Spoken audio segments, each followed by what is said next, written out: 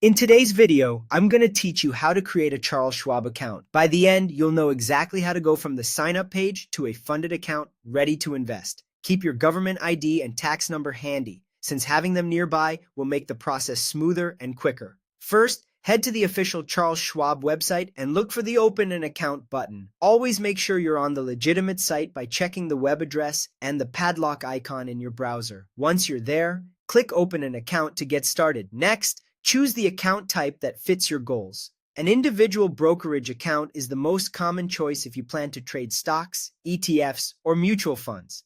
If you're saving for retirement, consider an IRA such as a Roth or traditional IRA, depending on your tax situation and timeline. And if you live outside the United States, you can select an international account designed for non-US residents. Take a moment to read the brief descriptions on the page so you pick the option that matches your needs. Now, you'll fill out the application. Enter your full legal name exactly as it appears on your ID, along with your date of birth, address, and contact details. You'll also be asked for employment information and some financial background, like your income range and investing experience. This helps the brokerage comply with regulations and tailor certain features to you. Plan for about 10 to 20 minutes and answer truthfully and completely to avoid delays.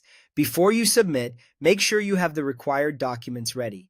You'll typically need a government-issued ID such as a passport or driver's license, your social security number or tax ID if you're in the US, and a recent proof of address like a utility bill or bank statement.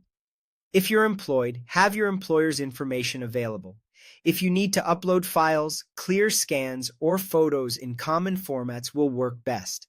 When everything looks correct, review your details carefully, agree to the terms, and submit your application. You may receive instant approval, or Schwab may request additional documents. Sometimes verification can take a few days. Keep an eye on your email or application portal and respond promptly if anything is requested. After approval, fund your account so you can start investing. You can transfer money from a linked bank account, send a wire, or mail a check.